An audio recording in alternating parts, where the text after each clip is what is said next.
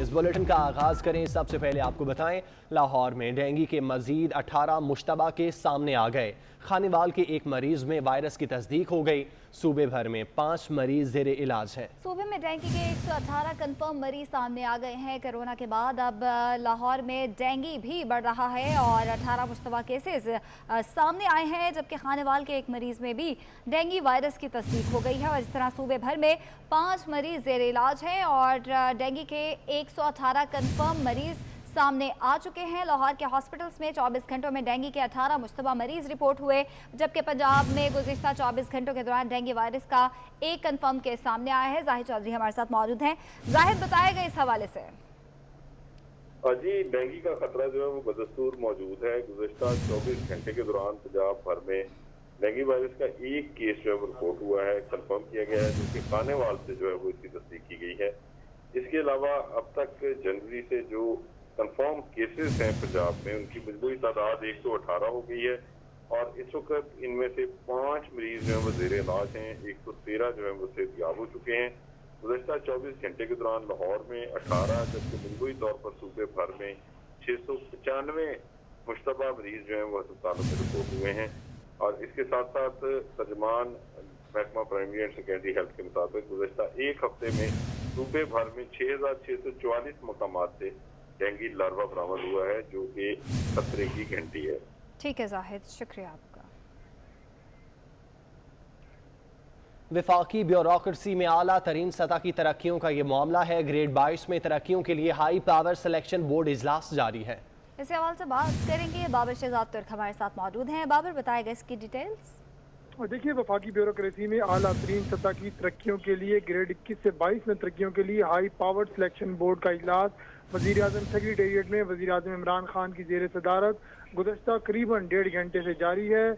इजलास में जो आला अख्तियारती बोर्ड है, ये जो ग्रेड 21 के अफसरान हैं, उनकी तरक्कियों पर गौर कर रहा है। वज़ीर-ए-आज़म के प्रिंसिपल सेक्रेटरी काबीना डिवीज़न, सेक्रेटरी एस्टेब्लिशमेंट डिवीज़न और हर कैडर के एडमिनिस्ट्रेटिव सर्विस सेक्रेटरी के अलावा भी दीगर जो बोर्ड मेंबरान हैं वो इजलास में शरीक हैं। एडमिनिस्ट्रेटिव सेक्रेटरी जो हैं, उन्होंने अपने कैडर के अफसरों की ग्रेड 22 में तरक्कियों का केस गुज़श्ता 1.5 घंटे के दौरान जो है वो पेश किया है इजलास में। जो ज़राए हैं हमारे वो बता रहे हैं कि पाकिस्तान एडमिनिस्ट्रेटिव सर्विस की 10 असामियों पर ग्रेड 21 से 22 में तरक्की पर गौर होगा इजलास में।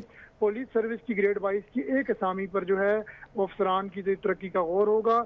फॉरेन सर्विस की 4, Pakistan audit and account service की एक असामी जो है वो ज़ेर गौर आएगी। इसके अलावा पाकिस्तान कस्टम सर्विस की 2, इनलैंड रेवेन्यू सर्विस की 2 असामियाँ भी ज़ेर गौर आएंगी। तरक्कियों की हतमी मंजूरी जो है वो वज़ीर-ए-आज़म देंगे। इजलास मजीद जो है वो 2 से 3 घंटे जारी रहने की तवक्को है। जी ठीक है, बहुत शुक्रिया आपका। खैरपुर पेशावर से कराची जाने वाली मुसाफिर ट्रेन पटरी से उतर गई। मुसाफिर ट्रेन अवाम एक्सप्रेस खैरपुर रेलवे स्टेशन के करीब पटरी से उतरी है। वकार मंगी हमारे साथ मौजूद हैं। वकार, बताएगा इसका क्या सूरत हाल है वहाँ पे? जी, ये खैरपुर रेलवे स्टेशन के करीब मुसाफिर ट्रेन जो पटरी से उतर गए। पेशावर से कराची जाने वाली अवामी एक्सप्रेस खैरपुर रेलवे स्टेशन पर रेलवे ट्रैक से उतर गए। ट्रेन रेलवे ट्रैक से उतरने के बाद कोई जानी नुकसान नहीं हुआ। रेलवे इंतजामिया ने बताया कि रेलवे ट्रैक की बहाली के लिए जो है वो काम तेजी से जारी है। जी ठीक है, बहुत शुक्रिया आपका।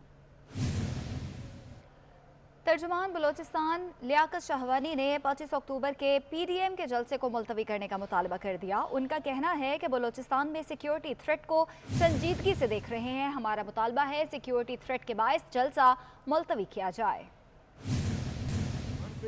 हवामी बेहतरी पे, हवाम की फलाह बहबूद पे, अपने आप को प्रो पब्लिक हवाम दोस्त क़यादत कहते हैं, तो फिर हवाम के वसी तर मुफादात में इस जलसे को फिल वक्त जिम्मेदारी का मुजाहरा करते हुए मुलतवी करें। और उसके बाद जब जलसे होंगे, बलूचिस्तान गवर्नमेंट आपको तमाम फैसिलिटीज़ फराम करेंगे और हम कोशिश करेंगे कि शुरका को भी जो मेहमान नवाजी के हमारे भरपूर तरीके से उसको अदा कर सके। बलोच तलबा मरियम नवाज के मशकूर। मरियम नवाज के जाने के 20 मिनट बाद गवर्नर ने बलोच तलबा को गवर्नर हाउस बुलाकर कोटा भी बहाल कर दिया, बाकी मुतालबात भी मंजूर कर लिए। याद रहे बलोच तलबा गुज़िश्ता 5 रोज़ से गवर्नर हाउस के बाहर बैठे धरना दिए बैठे हैं। तो आपको बताएं कि बलोच तलबा मरियम नवाज़ के मशकूर। मरियम नवाज़ के जाने के 20 मिनट बाद गवर्नर ने बलोच तलबा को गवर्नर हाउस बुलाकर कोटा भी बहाल कर दिया, बाकी मुतालबात भी मंजूर कर लिए। याद रहे बलोच तलबा गुज़िश्ता 5 रोज़ से गवर्नर हाउस के बाहर बैठे थे और आज मरियम नवाज़ वहाँ पे गई और उन्होंने बलोच तलबा के साथ इजहार यकजहती किया।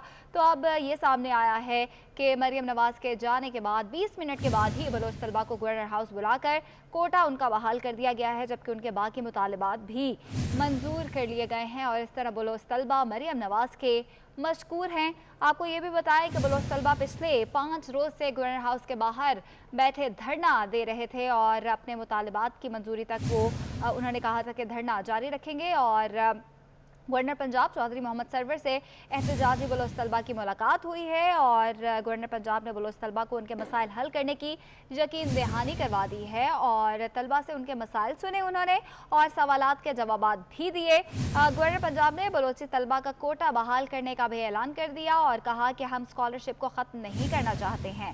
कज़ाफ़ी भट्ट हमारे साथ मौजूद हैं। कज़ाफ़ी भट्ट बताएगा, 5 रोज़ से धरना दिए बैठे थे और आज अचानक से सारे मुतालबात भी मान लिए गए।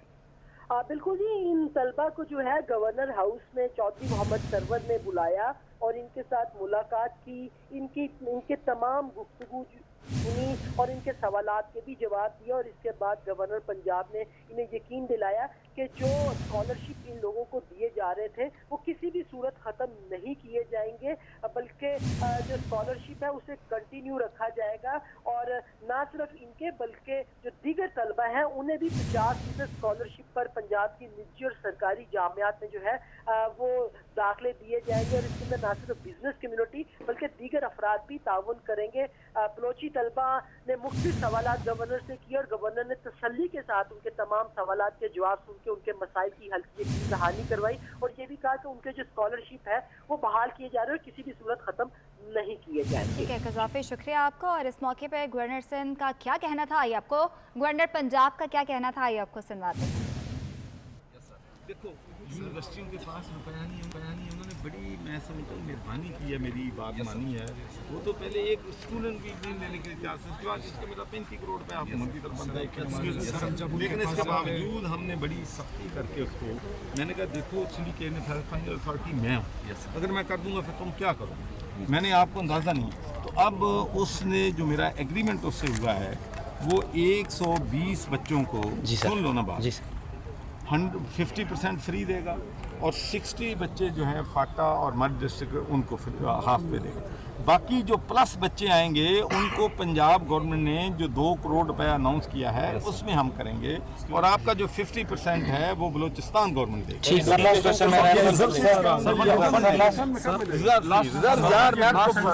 ओके सर, कमेटी बनाएंगे हम, सर आप हम कमेटी बनाते हैं, लोगों की कमेटी बनाएं, वो ठीक रहेगी, वो बेटर के साथ मीटिंग करेंगे अगले हफ्ते। लेकिन आप बच्चों को कहें कि आए वहाँ दाखिला लेना शुरू करें।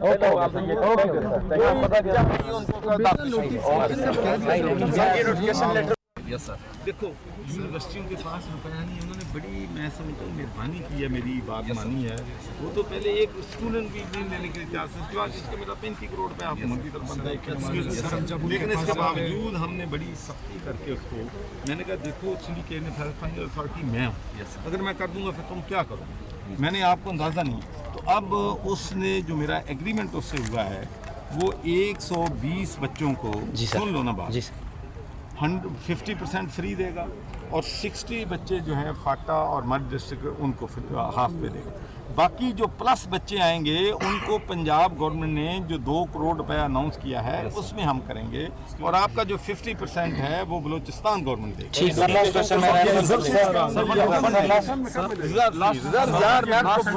ओके सर, कमेटी बनाएंगे हम, सर आप हम कमेटी बनाते हैं, लोगों की कमेटी बनाएं, वो ठीक रहेगी, वो बेटर के साथ मीटिंग करेंगे अगले हफ्ते। लेकिन आप बच्चों को कहें कि आए वहाँ दाखिला लेना शुरू करें।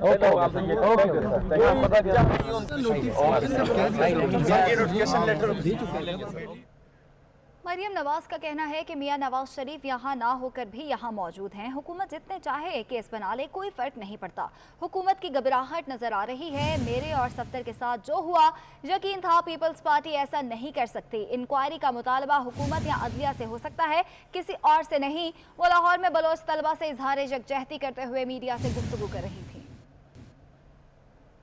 मियां साहब यहाँ ना होकर भी सबसे ज्यादा यहाँ मौजूद है और आपको मुखालिफिन के घबराने से पता चल गया है कि मियां साहब पाकिस्तान में ना होकर भी पाकिस्तान में हर जगह पे मौजूद है, बल्कि मुखालिफों के सरों पे सवार है। जिस वक्त ये हमला हुआ था मेरे पे, मैंने उसी वक्त सोचा था कि ये पीपल्स पार्टी नहीं है। मुझे एक लम्हे को भी ख्याल नहीं आया कि इसमें शायद कोई पीपल्स पार्टी। उसकी वजह उसकी बहुत सारी वजूहात है। उसकी ये भी वजह है कि पीपल्स पार्टी जो भी है एक पोलिटिकल फोर्स है और उनको पता है कि चीज़ों के क्या इम्प्लिकेशंस हैं।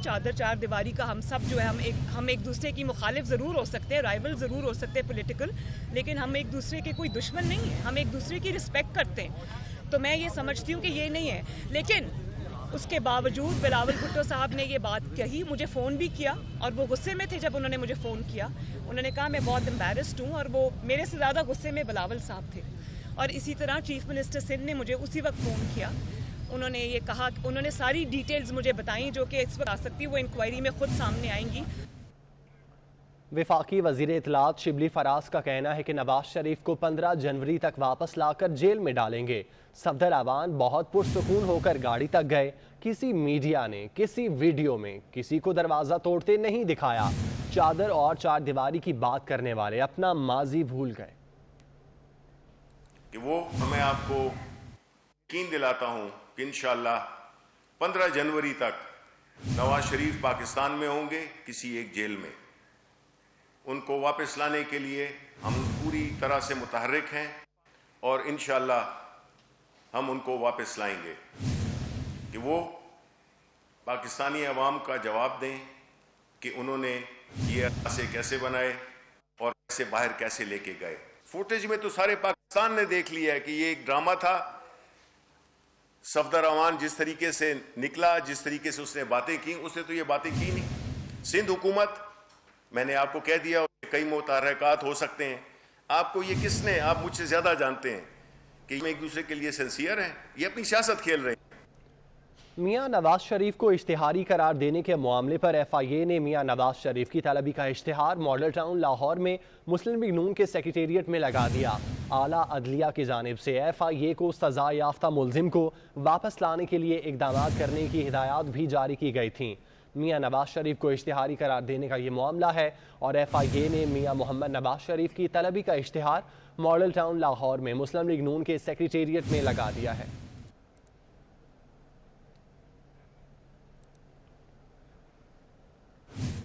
वज़ीर आला सिंध मुराद अली शाह का कहना है कि सिंध हुकूमत आइन और कानून के मुताबिक काम कर रही है। जो भी कानून तोड़ेगा उसके खिलाफ कार्रवाई करेंगे। वफाकी हुकूमत से कहा, सदर साहब को कहें ऑर्डिनेंस वापस लें। इस मुल्क में कानून को ब्रेक करेगा, चाहे वो कानून के रखवाले क्यों ना हो, चाहे वो अदलिया क्यों ना हो, अगर कानून को तोड़ेंगे, इस आइन की मुखालफत करेंगे, उनके खिलाफ खड़े होंगे। अगर आप किसी और के साथ ज्यादती होते हुए चुप रहेंगे तो वो ज्यादती फिर आपके साथ भी हो सकती है। वफाकी हुकूमत से कहा कि इमीडिएटली आप प्रेसिडेंट से कहें कि ऑर्डिनेंस विड्रॉ करें। डरना तो दूर की बात है, हम ना पहले कभी डरे ना अब डरेंगे। जब हमारे कारकुनान ने कोड़े खाए तब नहीं डरे, तो भाई हम किसको डरा रहे हो? डर असल में इनको है। अकाउंटेबिलिटी से हम कभी नहीं घबराएं, लेकिन ये अकाउंटेबिलिटी अक्रॉस द बोर्ड होनी चाहिए कि नहीं होनी चाहिए? सीक्रेट काउस क्यों है जिनके खिलाफ आप ये बात कर ही नहीं सकते? या हुकूमत की लोग जो हैं, क्यों आपका BRT वाला केस, एक BRT पिशावर वाला केस एक स्टे पे अभी तक चल रहा है? स्टे ले लिया।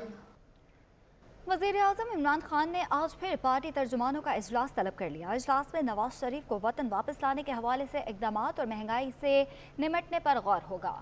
वज़ीर आज़म इमरान खान ने आज फिर पार्टी तर्जुमानों का इजलास तलब किया है और इस इजलास में नवाज शरीफ को वतन वापस लाने के हवाले से इक़दाम और महंगाई से निमटने के लिए गौर किया जाएगा।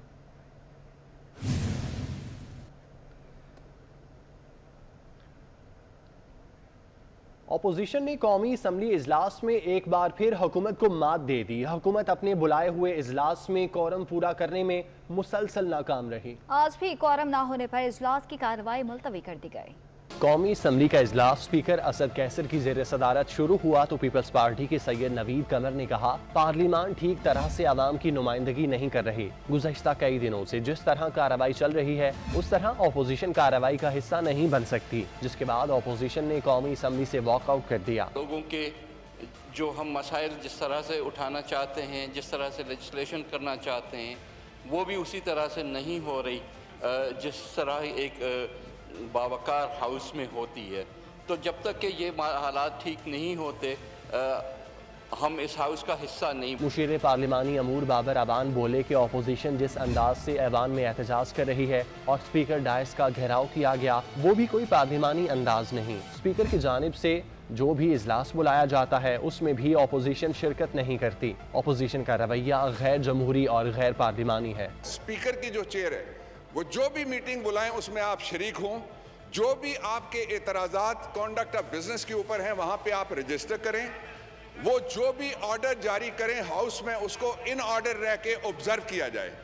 अगर ये नहीं होगा तो फिर ये गिला नहीं किया जा सकता कि एक साइड सीटियां बजाए, नारे लगाए, यहाँ तक आए, रोकने की कोशिश करे और दूसरी साइड फिर अपना एहतजाज भी रिकॉर्ड ना करे, उठ के उस बात भी इस पे ना करे। नून लीग के शेख फयाजुद्दीन ने कोरम की निशानदही कर दी, ताहम कोरम नामुकम्मल निकला, जिस पर स्पीकर कौमी असम्बली असद कैसर ने इजलास पीर तक मुलतवी कर दिया। पंजाब हुकूमत के पास चीनी का स्टॉक सिर्फ 19 दिन का रह गया है। महकमा खुराक और सनअत व तजारत ने हुकूमत पंजाब को चीनी के स्टॉक के बारे में आगाह कर दिया है। इसी हवाले से मजीद तफसीलात जानते हैं। अली रामी हमारे साथ मौजूद हैं। अली, अपडेट कीजिएगा। वज़ीर-ए-आज़म पाकिस्तान जब लाहौर आए तो उनको महकमा सनअत व तजारत की तरफ से एक प्रेजेंटेशन, उनको ब्रीफिंग दी गई और उस ब्रीफिंग में बताया गया कि किस तरह फ्लोर की शॉर्टेज, आटे की शॉर्टेज है और चीनी की किल्लत जो है वो पंजाब में बढ़ती जा रही है। अब इसमें सनअत व तजारत की तरफ से जो ब्रीफिंग दी गई उसमें बताया गया कि पंजाब की आवाम के पास सिर्फ अब 19 दिन की चीनी वो रह चुकी है, यानी कि पंजाब के पास अब चीनी का स्टॉक सिर्फ 19 दिन का और उसके बाद चीनी पंजाब के पास नहीं रहेगी और आवाम जो है वो चीनी से महरूम हो जाएंगे। अब उसी पर ऐवान वज़ीर आला की तरफ से ये भी कहा गया कि चीनी की दरामद के हवाले से खुसूसी तौर पर इंतजाम किए जा रहे हैं, क्योंकि उससे पिछली कैबिनेट कमेटी में वज़ीर आला पंजाब ने बाकायदा मंजूरी दी कि चीनी मज़ीद बाहर से इम्पोर्ट की जाए, तो उस पर वफाकी हुकूमत को भी आगाह किया गया, तो वफाकी हुकूमत ने बाकायदा इसकी मंजूरी दी। अब इस पर महकमा सनअत व तजारत की तरफ से जो ऐवान वज़ीर आला को आगाह किया गया तो उसमें अब डेडलाइन जो दी गई है पंजाब हुकूमत की तरफ से वो ये दी गई है कि 27 अक्टूबर तक पंजाब में 15 लाख मैट्रिक टन चीनी जो है वो पहुंच जाएगी। और जब वो चीनी पहुंचेगी तो पंजाब में जो चीनी की किल्लत है उसको रोक लिया जाएगा और उसमें कमी जो है वो वाक़या होगी। अब आवाम के लिए, शहरियों के लिए ये एक अहम इम्पोर्टेंट बात है कि उनके पास चीनी ख़रीदने के लिए सिर्फ 19 दिन है। अगर जो पंजाब हुकूमत चीनी इंपोर्ट करने में नाकाम रहती तो चीनी की किल्लत जो है पंजाब में बरकरार रहेगी। लाहौर के सस्ते सहूलत बाजार भी आवाम को रिलीफ ना दे सके। लाहौर के सस्ते बाजारों पर चीनी दस्तयाब नहीं, शहरी खाली हाथ लौटने लगे। इसी हवाले से बताएंगे दिलशाद हुसैन। जी दिलशाद। जी, लाहौर शहर में 31 सहूलत बाजार लगाए गए हैं और इन सहूलत बाजारों में जो अशिया खरोनोश हैं, दावा ये किया गया है कि वो मार्केट के मुकाबले में कम नरखों पर यहाँ पर दस्तयाब है और सरकारी निर्खनामे पर अमल दरामद कराया जा रहा है, जबकि जिसका क्रेडिट लिया जा रहा है हुकूमत की जानिब से कि आटे की जो सरकारी कीमत है वो 860 रुपये है, जबकि यहाँ पर आटा जो है वो 840 रुपये जो फ़ी थैला है 20 किलो का वो फ़रोख्त किया जा रहा है। जबकि हकायक ये हैं कि चीनी के हवाले से पहले आपको बताएंगे, चीनी का ये स्टॉल है जो कि ताहाल खाली है, चीनी यहाँ पर दस्तयाब नहीं है, लेकिन बयानात में, ट्विटर पर, सोशल मीडिया पर और सरकारी दस्तावेज़ात में चीनी जो है वो दस्तयाब यहाँ पर ज़रूर होगी। हकीकत में यहाँ पर नहीं है। यहाँ पर शहरी हैं, उनसे हम बात भी करते हैं, बताएंगे चीनी लेने आए खाली या कुछ और भी खरीदारी करने हैं? चीनी और घी लेने आया था, मगर ना इधर से घी मिलता है और ना चीनी मिलती है। घी के बगैर अंडी तो पकती नहीं है, सब्जियाँ क्या करें जाकर, घी मिलता ही नहीं है, चीनी नहीं मिलती, कहते हैं कल पता करना, अगर आ गई तो ठीक है वरना नहीं। कुछ देर कबल खातून खाना भी थी, बुजुर्ग ज़ईफ़ खातून थी और सारी चीज़ें खरीद ली। तो चीनी जब खरीदने लगी तो चीनी का यहाँ पर स्टॉल ही नहीं लगाया गया। और इसके अलावा जो 860 रुपये का या 840 रुपये का फ़ी थैला फ़रोख्त किया जा रहा है, उसका वज़न भी आम तौर पर 100 ग्राम या 200 ग्राम कम निकल रहा है। तमाम जो फैसलाबाद के हसीब शहीद कॉलोनी के सहूलत बाजार में शहरी सहूलत से महरूम। सहूलत बाजार में आटा, चीनी, घी और दीगर अशिया दस्तयाब नहीं। MPA फिरदौस राय ने खाली सहूलत बाजार का दौरा कर डाला। शहरी अशिया की अदम दस्तयाबी पर फट पड़े। इसी हवाले से बताएंगे शाहदा घुमन। जी शाहदा। जी बिल्कुल, हसीब शहीद कॉलोनी में आवाम की सहूलियत के लिए बनाया गया सहूलत बाज़ार सिर्फ नाम का। ना सहूलत बाज़ार में चीनी है, ना आटा है, ना घी है, ना दालें हैं। आवाम यहाँ पर ज़ीरो ख़वार हो रही है। शहरियों का ये कहना है कि यहाँ पर सहूलत बाज़ार तो बना दिया गया, लेकिन कोई भी सहूलत नाम की चीज़ जो है वो आवाम के लिए मैसर नहीं है। MPA फिरदौस राय की जानब से वुमन विंग के साथ मिलकर यहाँ पर सहूलत बाज़ार का दौरा किया गया। बात यह है कि हमारे प्राइम मिनिस्टर साहब और हमारे CM साहब, उनके अंदर तो ये दर्द है और वो एक माफिया के ख़िलाफ़ उठ के खड़े हुए हैं। शहरी हैं, उन लोगों ने अपना, जो इस इलाके के ही लोग हैं, उन्होंने अपना दुख दर्द जो है वो हमारे सामने रख दिया। और वो ये भी कह रहे थे कि अगर इमरान खान साहब इतना दर्द रखते हैं और वो ये बाज़ार लगवा रहे हैं, लेकिन यहाँ की जो इंतज़ामिया है वो इसके ऊपर गौर नहीं कर। शहरी उनसे जानते क्या कहेंगे। आप बताइएगा, आप यहाँ पर चीज़ें ख़रीदने के लिए आए हैं, क्या क्या यहाँ पर मौजूद नहीं है और क्या मुतालबा करेंगे? हम मुतालबा तो करेंगे कि गवर्नमेंट ने ये सहूलत बाज़ार तो लगा दिया, लेकिन इस पर कोई चीज़ भी नहीं है। आप मौका पे मौजूद हैं, इधर कोई चीज़ नहीं है। आप चीनी का पूछ लें, चीनी नहीं है। आप सब्ज़ी का देख लें, एक स्टॉल भी सब्ज़ी का नहीं लगा हुआ, गोश्त का भी कोई स्टॉल नहीं लगा हुआ। शहरियों का ये मुतालबा है कि अगर सहूलत बाज़ार बनाया गया है तो उसे जो है वो मुकम्मल तौर पर फाल भी किया, जैसे कि MPA फिरदौस राय ने भी इस बात पर अफसोस का इजहार किया है कि सहूलत बाज़ार बनाया गया है तो शहरियों को जो है वो तमाम सहूलत मैसर की जाए। और उनका ये भी कहना है कि अब वो यकीनी तौर पर ज़िले इंतज़ामिया से इस मौजू पर बात भी करेंगे और शहरियों के लिए जो है वो यहाँ तक मुमकिन हो सका। आपका दावे ख्वाब बन गए। घंटों इंतजार करके भी आटा चीनी नहीं मिलता। मार्केट में आटे और चीनी के नर्ख आसमान को छू गए। इसी हवाले से महमूद रियाज की रिपोर्ट देखिए।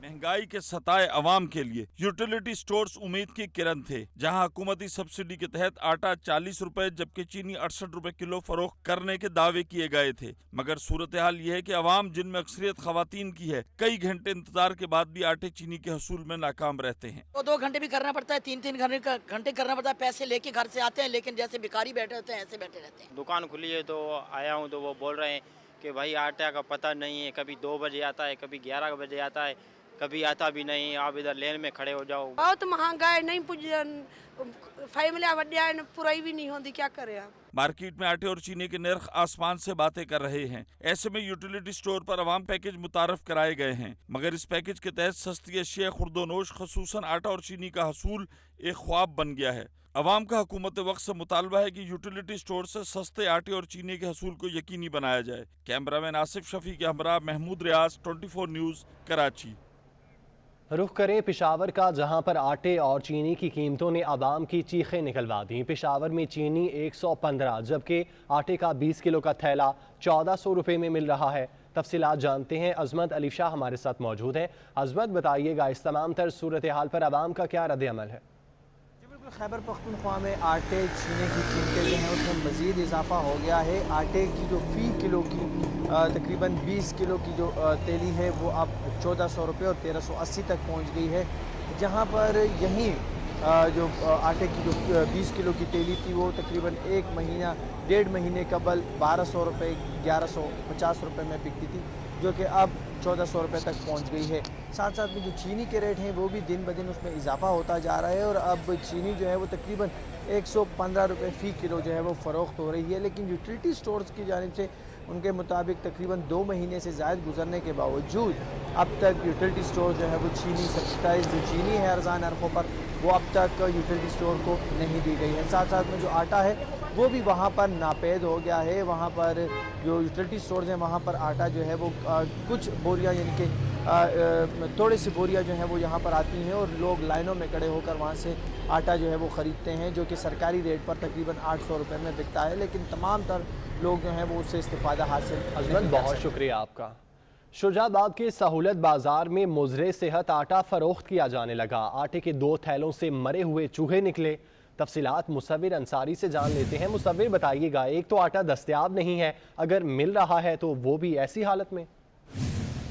जी बिल्कुल, हुकूमत पंजाब की जानिब से फिजाबाद में कायम करदा सहूलत बाजार में नाकस क्वालिटी का आटा फरोख्त किया जा रहा है। 10 किलो आटे का थैला 420 रुपए में फरोख्त किया जा रहा है। शहरियों की जानिब से खरीदे गए आटे के 2 थैलों से मरे हुए चूहे बरामद मिले हैं, जिन पर शहरियों ने अपनी शिकायत लेकर सहूलत बाजार पहुंचे, लेकिन शहरियों का कहना है कि इनकी शिकायत नहीं सुनी जा रही और सहूलत बाजार में नाकस आटा फरोख्त किया जा रहा है, जिस पर शहरियों का मुतालबा है कि वज़ीर आला पंजाब उस्मान बज़दार और DC मुल्तान इस पर नोटिस लेकर और सहूलत बाजार का मेयारी आटा फरोख्त किया जाए ताकि आवाम को जहरीला और गैर मेयारी आटा ना हो।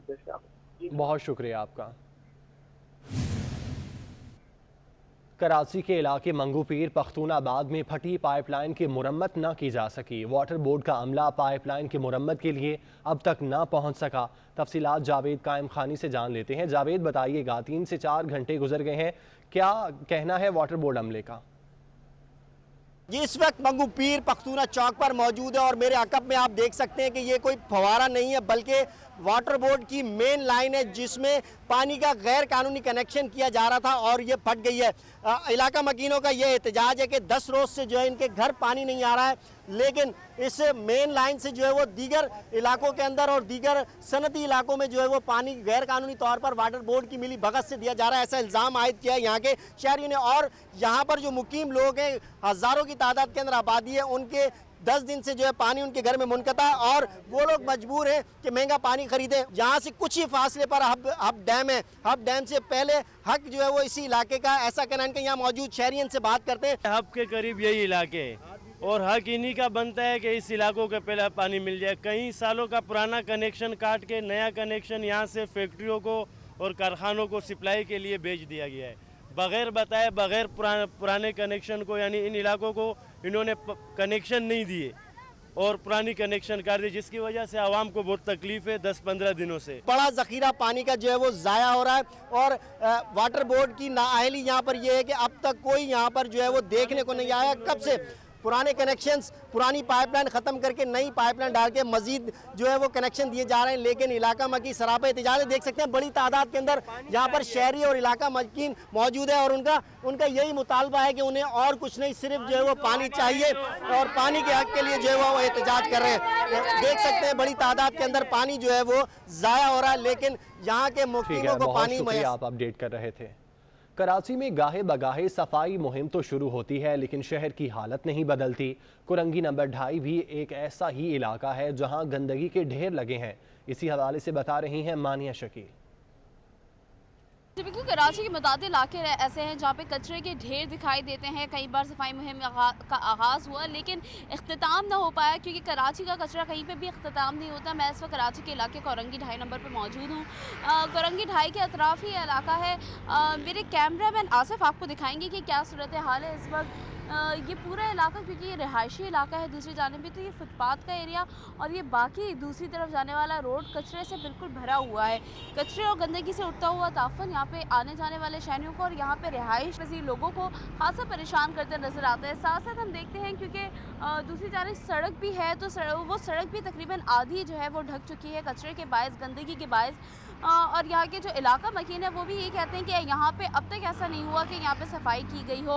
मुतादिद इलाके ऐसे हैं जहाँ पे सफाई तो होने के जो है आगाज़ हुआ, सफाई मुहिम शुरू की गई, लेकिन कोरंगी के जो रिहायशी हैं वो इस बात का शिकवा करते नज़र आते हैं कि यहाँ किसी भी सफाई मुहिम के तहत जो है यहाँ सफाई नहीं हुई। यहाँ पे गंदगी के और कचरे के ढेर हैं, जो है बच्चे बीमार पड़ते हैं। जहाँ कहा जाता है कि कोरोना से अपने आप को बचाने के लिए साफ़ सफाई की जाए, वहाँ सड़कें जो हैं या गलियाँ जो हैं वो जो है कचरे कुंडी का मंजर पेश कर रहे हैं। जी आपको बताएं कि कोरोना वबा का दूसरा हमला जारी है। जानलेवा वायरस एक दिन में मजीद 13 पाकिस्तानियों की जान ले गया। 24 घंटे के दौरान 736 नए मरीज भी सामने आ गए।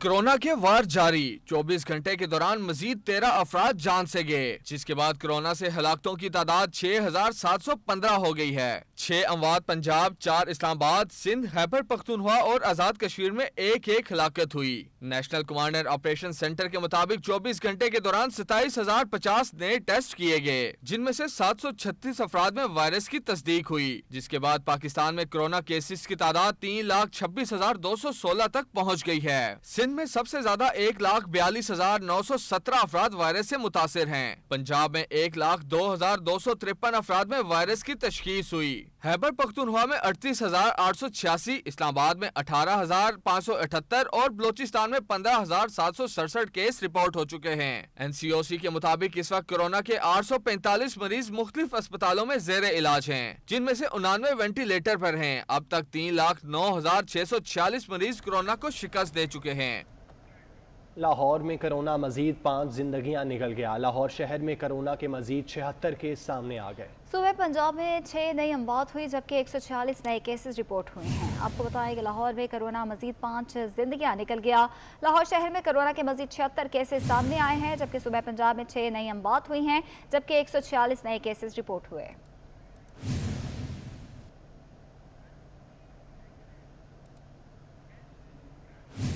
लाहौर में गुज़िश्ता 24 घंटों में कोरोना से 5 हलाकतें हुई हैं, मजीद 76 केसेस रिपोर्ट भी हुए हैं। पंजाब में फिर से कोरोना के बढ़ते हुए केसेस के पेश नज़र सरकारी महकमों में 50 साल से ज़ायद और बच्चों के साथ आने वाली ख़वातीन मुलाज़मीन को घर से काम करने की हिदायत दी गई हैं।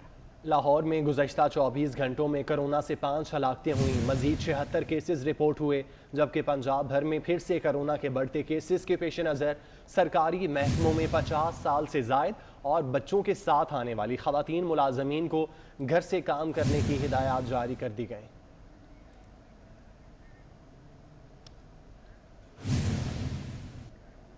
पिम्स अस्पताल में कामयाब ऑपरेशन के जरिए 2 बहनों की जिन्स तब्दील कर दी गई। गुजरात की 2 बहनें लड़के बन गई। ऑपरेशन से कबल दोनों बहनों की नफ्सियाती काउंसलिंग की गई। वालिदैन की मर्जी से ऑपरेशन का फैसला किया गया।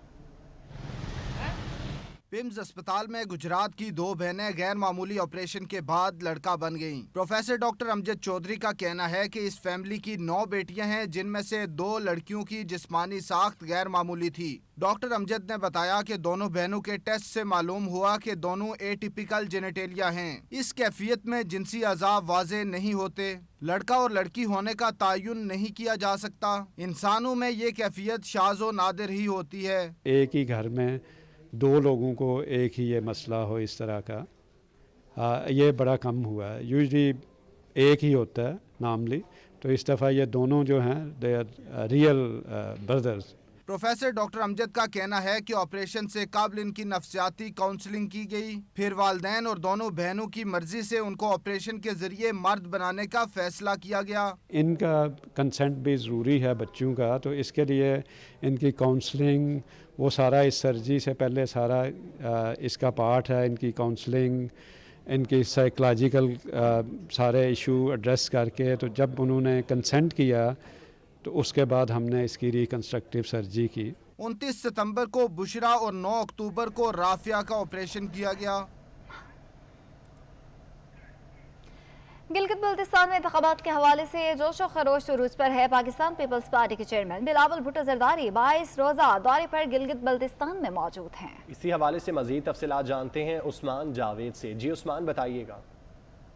जी बिल्कुल, गिलगित बल्तिस्तान का इंतखाबी मार्का 15 नवंबर को होने जा रहा है और इंतखाबी मार्के के सिलसिले में पाकिस्तान पीपल्स पार्टी के चेयरमैन बिलावल भुट्टो जरदारी गिलगित बल्तिस्तान के 22 रोज़ा दौरे पर यहाँ पर मौजूद है और वो खुद इंतखाबी मुहिम चला रहे हैं। और इस वक्त मैं मौजूद हूँ यहाँ गिलगित बल्तिस्तान का इलाका है गाचे, ज़िला गाचे में उसकी तहसील बिलगार में मौजूद हूँ और यहाँ बिलगार में एक कॉर्नर मीटिंग से खिताब बिलावल भुट्टो जरदारी करेंगे। इसके बाद एक और ज़िला गांचे में कॉर्नर मीटिंग मुनक्कद की गई है और इस वक्त जो है कॉर्नर मीटिंग में लोग जो हैं वो बिलावल भुट्टो जरदारी का इंतज़ार कर रहे हैं। पार्टी परचमों की बहार है और बड़ी तादाद में कॉर्नर मीटिंग में लोग मौजूद हैं। हमारे साथ जहाँ पर पाकिस्तान पीपल्स पार्टी के जो कारकुनान हैं वो भी मौजूद हैं। उन्होंने 3 हल्के कवर किए हैं तकरीबन और उसके बाद आगे स्कर्दू और फिर ऑनवर्ड्स गिलगित तक जाएंगे, बड़े जलसे करेंगे। हर हल्के में में कॉर्नर मीटिंग्स करेंगे और वो जिस तरीके से वो मुहिम चला रहे हैं,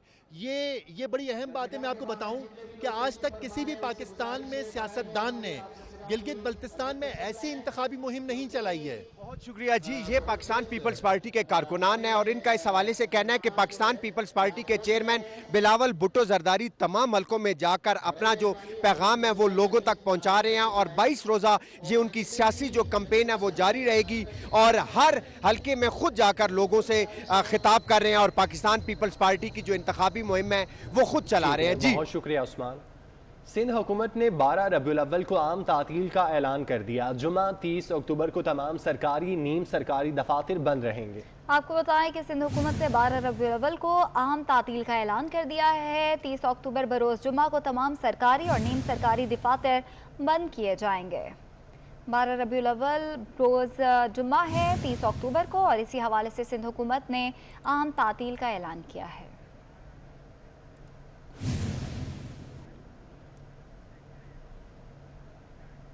अफगान ऐवान नुमाइंदगान के स्पीकर मीर रहमान रहमानी 6 रोज़ा सरकारी दौरे पर इस्लामाबाद पहुंचे हैं। 17 रुकनी पार्लिमानी वफ़द भी अफगान स्पीकर के हमरा है।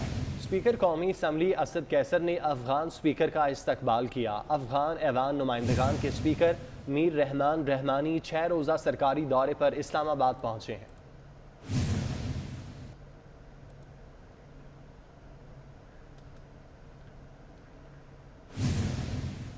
सिंध हाई कोर्ट ने शहरी के मावराए अदालत कत्ल केस में पुलिस एहलकार 21 साल बाद बाइज्जत बरी कर दिया गया। सिंध हाई कोर्ट ने पुलिस एहलकार गुलाम इस्माइल की अपील मंजूर कर ली। सिंध हाई कोर्ट ने शहरी के मावराए अदालत कत्ल केस में पुलिस एहलकार को 21 साल बाद बाइज्जत बरी कर दिया। सिंध हाई कोर्ट ने पुलिस एहलकार गुलाम इस्माइल की अपील मंजूर कर ली और बाइज्जत बरी कर दिया गया। आपको बता रहे हैं सिंध हाई कोर्ट ने शहरी के मावराए अदालत कत्ल केस में पुलिस एहलकार को 21 साल के बाद बाइज्जत बरी कर दिया।